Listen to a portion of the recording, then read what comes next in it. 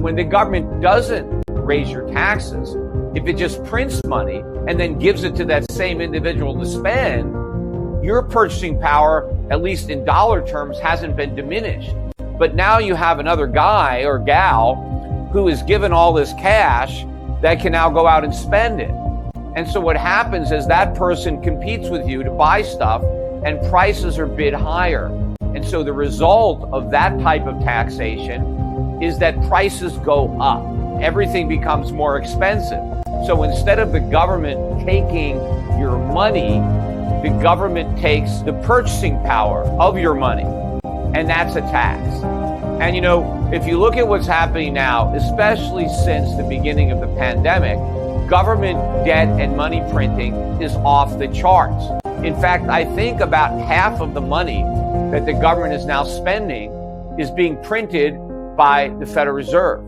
So it's not really borrow and spend anymore, it's print and spend. And right now, nobody seems to think that this is a problem. People seem to think that we've stumbled on the equivalent of a monetary fountain of youth. People like to call it modern monetary theory, which is we can have whatever we want as long as government prints the money to pay for it, that there's no limit, that government is free as long as they print money. Now, of course, why didn't we realize this in the past? I mean, why have we been paying taxes all these years if all we had to do is print money? After all, the printing press has been around for hundreds of years. And so if we could have whatever we want by the magic of government printing money, what's the point of all of us having to pay taxes? The reality is this is a fantasy that is going to end in disaster. See, there's a big difference between earning money and just having the government print it. See, when people are productive, when they have a job and they go to work and their labor is used to increase the supply of goods or services available to the public, right? You have a job, you do work, and your work either aids in the production of a good that people want or need, or you're helping to provide a service that people need. And in exchange for that help, you earn money, and now you can use that money to help buy the goods and services that you yourself help to produce. And the more productive you are, well, the more you earn, and therefore the greater share of what society produces you are able to enjoy yourself. But when the government just prints money and gives it to you, when you have all these unemployed people who are sitting at home just getting a check from the government, they produced nothing. They added no goods or services to the economy. So what does this do? All this does is drive up prices. Because if your work adds to the goods and services, and now you're consuming the goods and services you help create, that's fine. But if now you start consuming goods and services, yet you didn't help create any of those goods and services, you just have more money chasing a diminished supply of goods and services, and prices are going to go up. And they're going to go up like never before. And the irony of all of this is that the Federal Reserve has been promising Americans more inflation. Well, that's one promise that they're going to deliver on. In fact, they're going to deliver on it beyond their wildest expectations. And contrary to what everybody is saying, inflation is not a good thing. Inflation is not desirable. Higher inflation is not making progress. What people want is a lower cost of living. When prices go down, that's progress. And that's capitalism. That's how capitalism works. When you have real capitalism, businesses become more productive. They become more efficient. They develop economies of scale. And as they do that, the cost of production comes down. And as the cost of production goes down, demand goes up. Because as prices go down, more people can afford to buy more stuff. And it's falling prices that has historically driven a rising standard of living. Well, the government has interrupted that benevolent process through inflation. And a lot of the times, inflation doesn't simply make prices go up. Inflation also prevents prices from going down. And a decline in a price would have been a windfall for the consumer. when the consumer is denied that windfall by government, it's still a tax. The government is still taking your purchasing power because the goods and services that you want to consume are more expensive as a result of the government inflation. Now, of course, a lot of the inflation that government has been creating since the 2008 financial crisis, a lot of that inflation has temporarily moved into asset prices. That's the stock market, the bond market, the real estate market, the market for collectibles or other things that are, in short supply. And so when inflation pushes up asset prices, people don't complain because the people that own those assets, of course, feel much richer. Now, if you don't own those assets, obviously it's problematic if you want to buy it. For example, if housing prices keep going up and you don't own a house and you want to buy one, the fact that prices keep going up, that's not a good thing. Now, the way the government has offset that is by keeping interest rates artificially low so that people can afford to overpay for houses as the prices keep going up. But beneath the surface, consumer prices have been rising. The last thing the government wants is for the public to realize how much inflation there is. They certainly don't want bond investors to realize that. The key to sustaining the bubble economy, the key to sustaining massive and unsustainable government deficits in the short run is artificially low interest rates.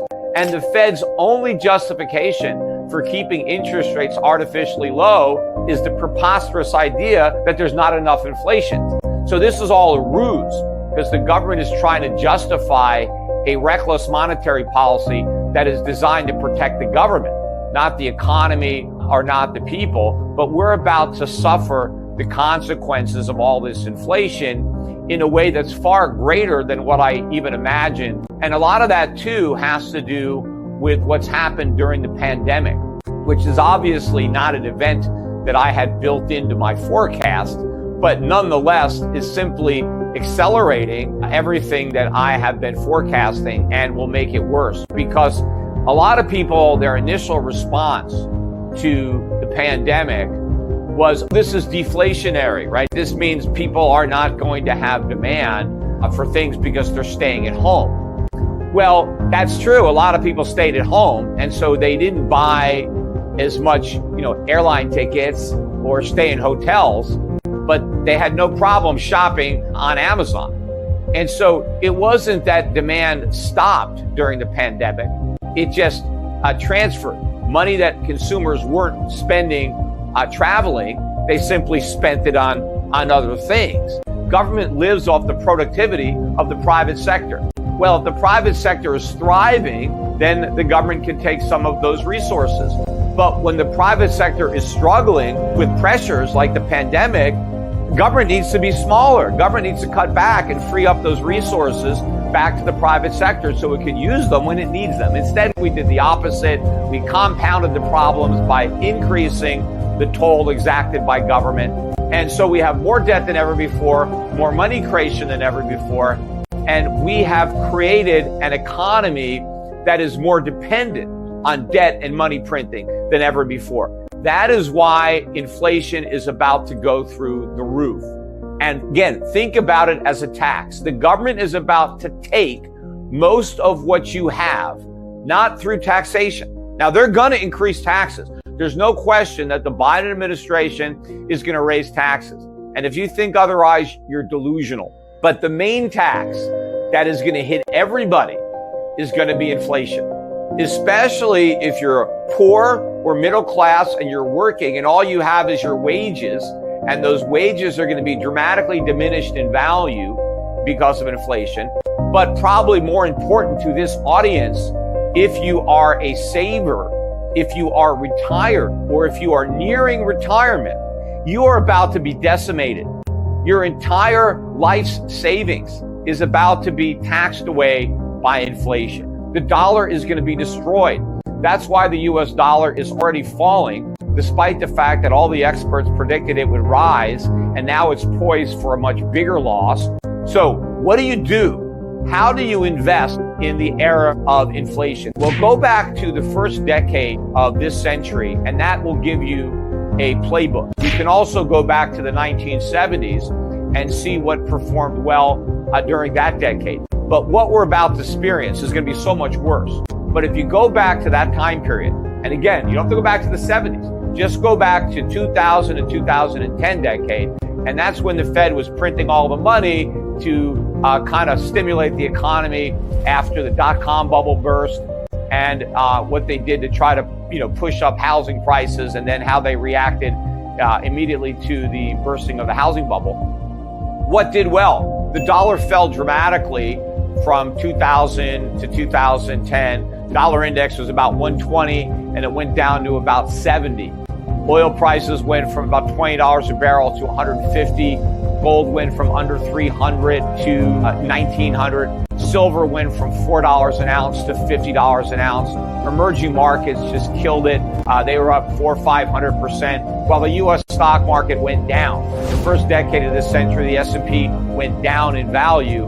And of course, the real value of U.S. stocks was down even more if you measured them in foreign currencies or if you measured them in the price of gold. Well, the dollar is going to be a lot weaker now than it was then. I think metal prices, gold prices, other commodity prices are going to be much stronger in this decade than they were then.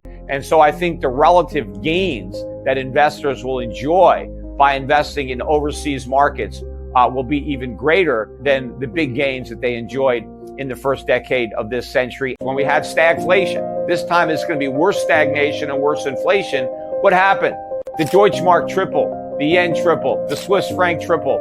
Gold went from $35 an ounce to $850. Oil went from $3 a barrel to $30 a barrel. I mean, it was huge increases in commodity prices as the dollar collapsed. The only reason the dollar stopped falling in 1980 was because we had Ronald Reagan coming in and we had Paul Volcker allowing short-term interest rates to rise to 20%. That's how broke we are today compared to 1980. 1980, we were still the world's biggest creditor nation. Now we're the world's biggest debtor. Back in 1980, we still had trade surpluses. Now we have massive trade deficits.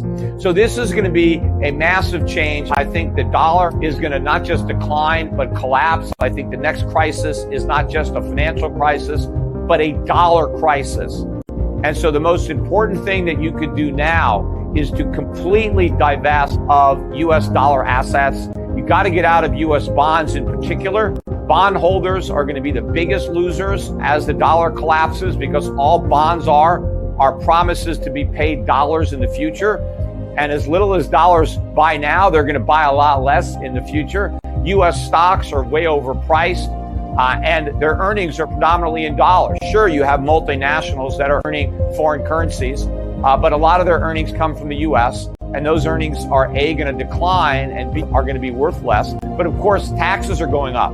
So whatever American companies end up earning, there'll be less of it available for their American shareholders because of high corporate taxes.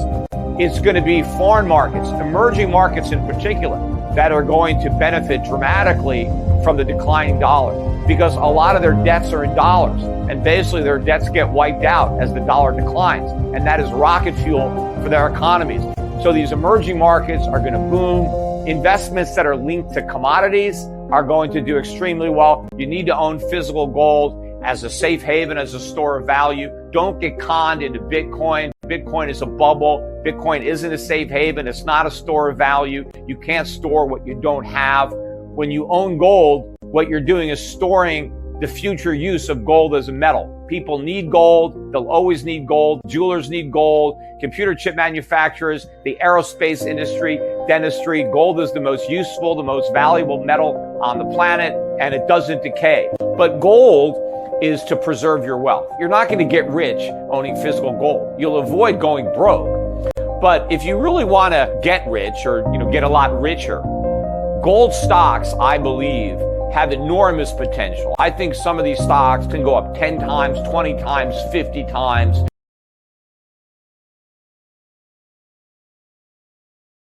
I mean,